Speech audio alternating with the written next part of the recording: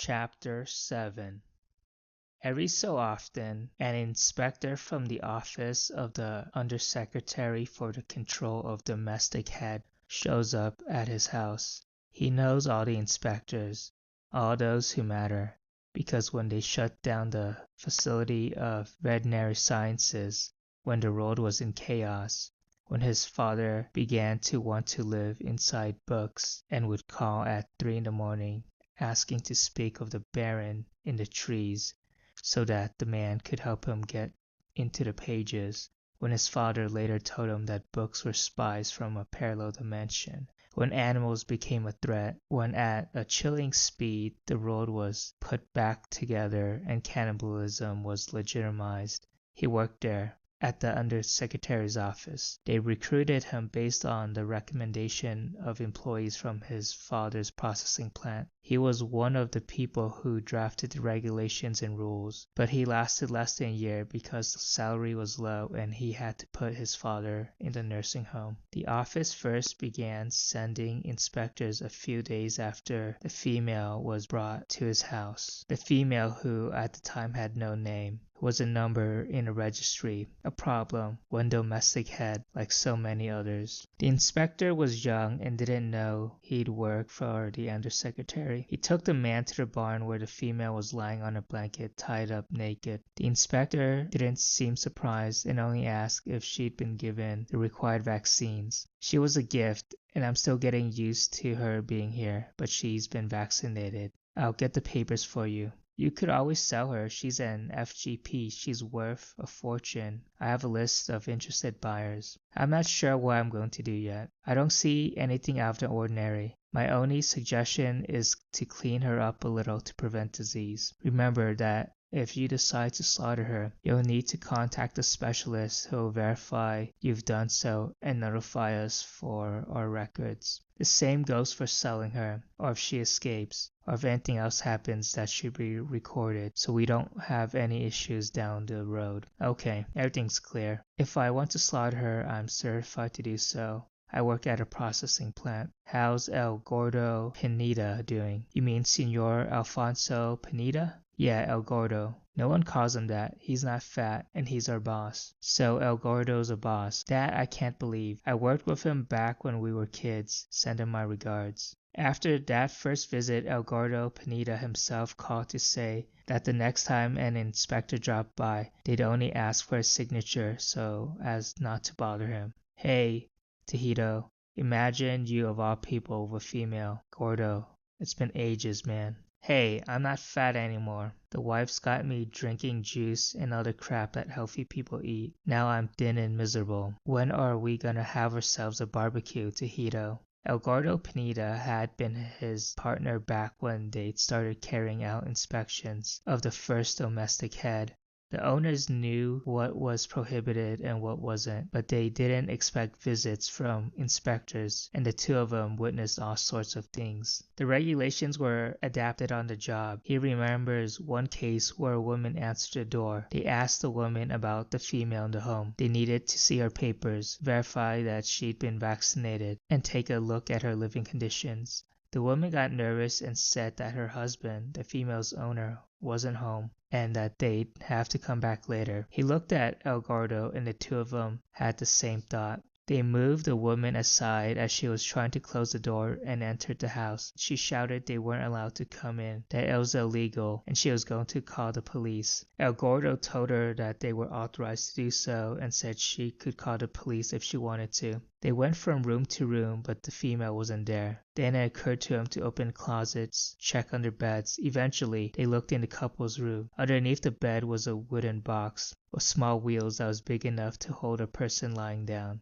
When they opened it, they saw the female in what looked like a coffin, unable to move. They didn't know what to do because regulations hadn't been drafted for a case of this nature. The female was healthy, and though the wooden coffin wasn't a conventional place to keep her, it wasn't reason enough to find the owner. When the woman walked into the room and saw they discovered the female, she broke down. She began to cry and told them that her husband had sex with the head and not with her, that she couldn't take it anymore. She'd been replaced by an animal and couldn't bear the idea of sleeping with that disgusting creature under the bed. She was humiliated, and if they sent her to the municipal slaughterhouse for being an accomplice, she didn't care. All she wanted was to go back to a normal life, to life before the transition. With that statement, they were able to call the team in charge of examining head for evidence that they'd been enjoyed, which was the official word used in such cases. The regulations specify that reproduction of head is only permitted by artificial means. Semen must be purchased in special banks, and sample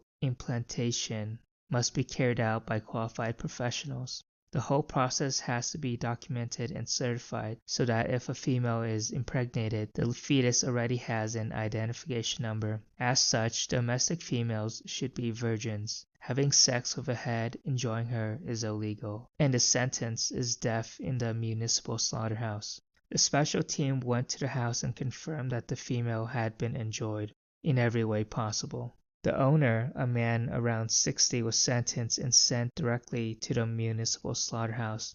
The woman was fined and the female was confiscated and sold for a low price in an auction because of what is officially referred to as prescribed enjoyment. He had only a few hours of sleep after the long drive from the game reserve when he wakes with a start. A car horn is honking. Jasmine, who's at his side, looks at him, her eyes wide open. She's used to keeping still, to watching him, because she sleeps all day and at night he needs her not to move much. That's why he started tying her to the bed, and she got used to it. He doesn't want Jasmine wandering through the house when he can't keep an eye on her. He doesn't want her to get hurt or something to happen to his child. He jumps out of bed and moves the curtain aside. A man in a suit is standing next to a car with the door open and bending down periodically to honk the horn. It's an inspector, he thinks. He opens the front door in pajamas, his face twisted with sleep. Senor Marcos Tejo? That's me. I'm from the office of the Undersecretary for the Control of Domestic Head.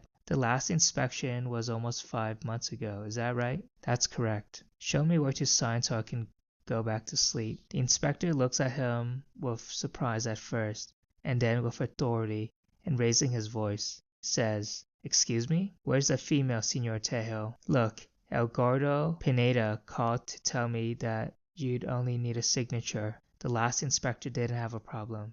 "You mean Senor Pineda? He doesn't work in the department anymore." A shiver runs along his spine. He tries to think. If the inspector finds out that Jasmine is pregnant, they'll send him to the municipal slaughterhouse. But worse still is they'll take his child away. He tries to buy himself some time to figure out what to do. "Why don't you come in for some mate? I'm half asleep," he says. "Just give me a few minutes to wake up. I appreciate the offer, but I have to get going. Where's the female? Come on, just for a bit. You can tell me what happened to Pineda," he says, sweating, trying not to show he's nervous. The inspector hesitates and then says, "All right, but I can't stay long." They sit down in the kitchen.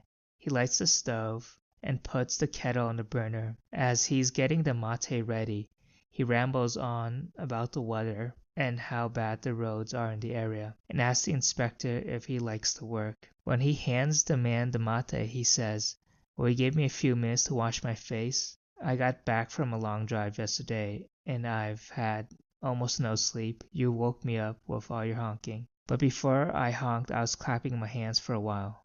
"Really?" I apologize.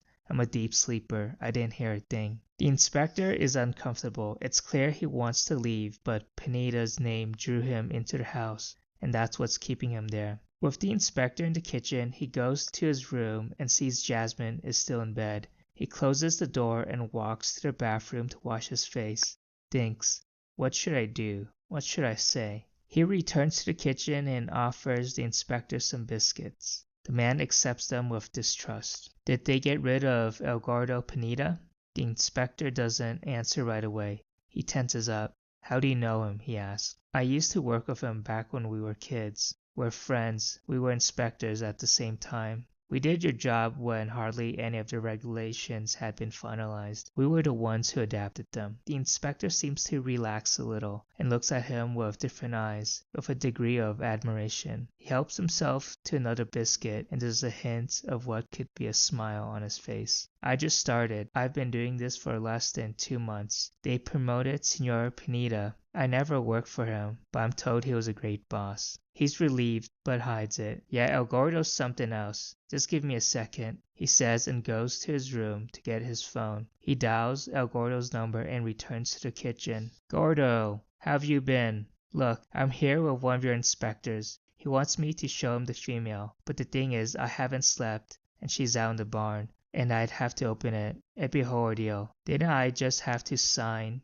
And that was that? He hands the phone to Inspector. Yes, sir, of course. We hadn't been informed. Right, from now on, consider it taken care of. The inspector places the mate off to the side, searches in his briefcase, and pulls out a form and pen. He smiles in a way that's artificial, tense. It's a smile that hides several questions in one thread. What are you doing with the female? Are you enjoying her? Are we talking illegal use of another's property? Just you wait until El Gordo Pineda isn't around anymore. Just you wait. You with your special privileges, you're going to pay. He sees this clearly, the questions and the veiled threat, but he doesn't care. He knows he can fake a certificate for domestic slaughter. The plant has everything he needs. That and he can no longer depend on El Gordo Pineda. Not after this visit. He wants the inspector to leave.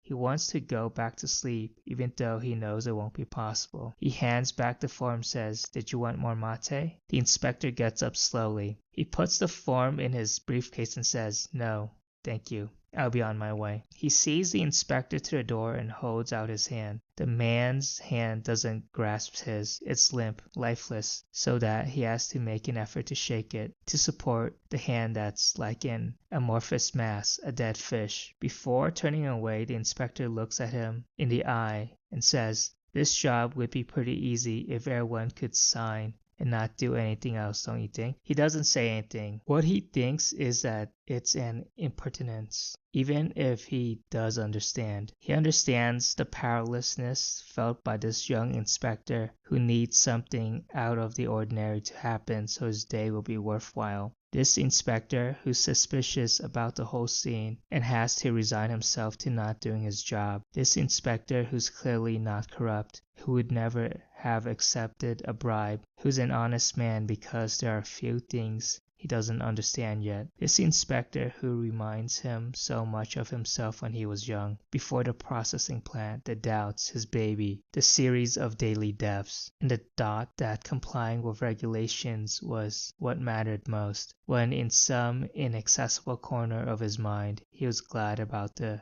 transition, glad to have this new job, to be part of this historical change, to be thinking about the rules that people would have to comply with long after he disappeared from the world, because the regulations, he thought, are my legacy, my mark I'll leave behind. He never would have imagined he'd break the very law he established.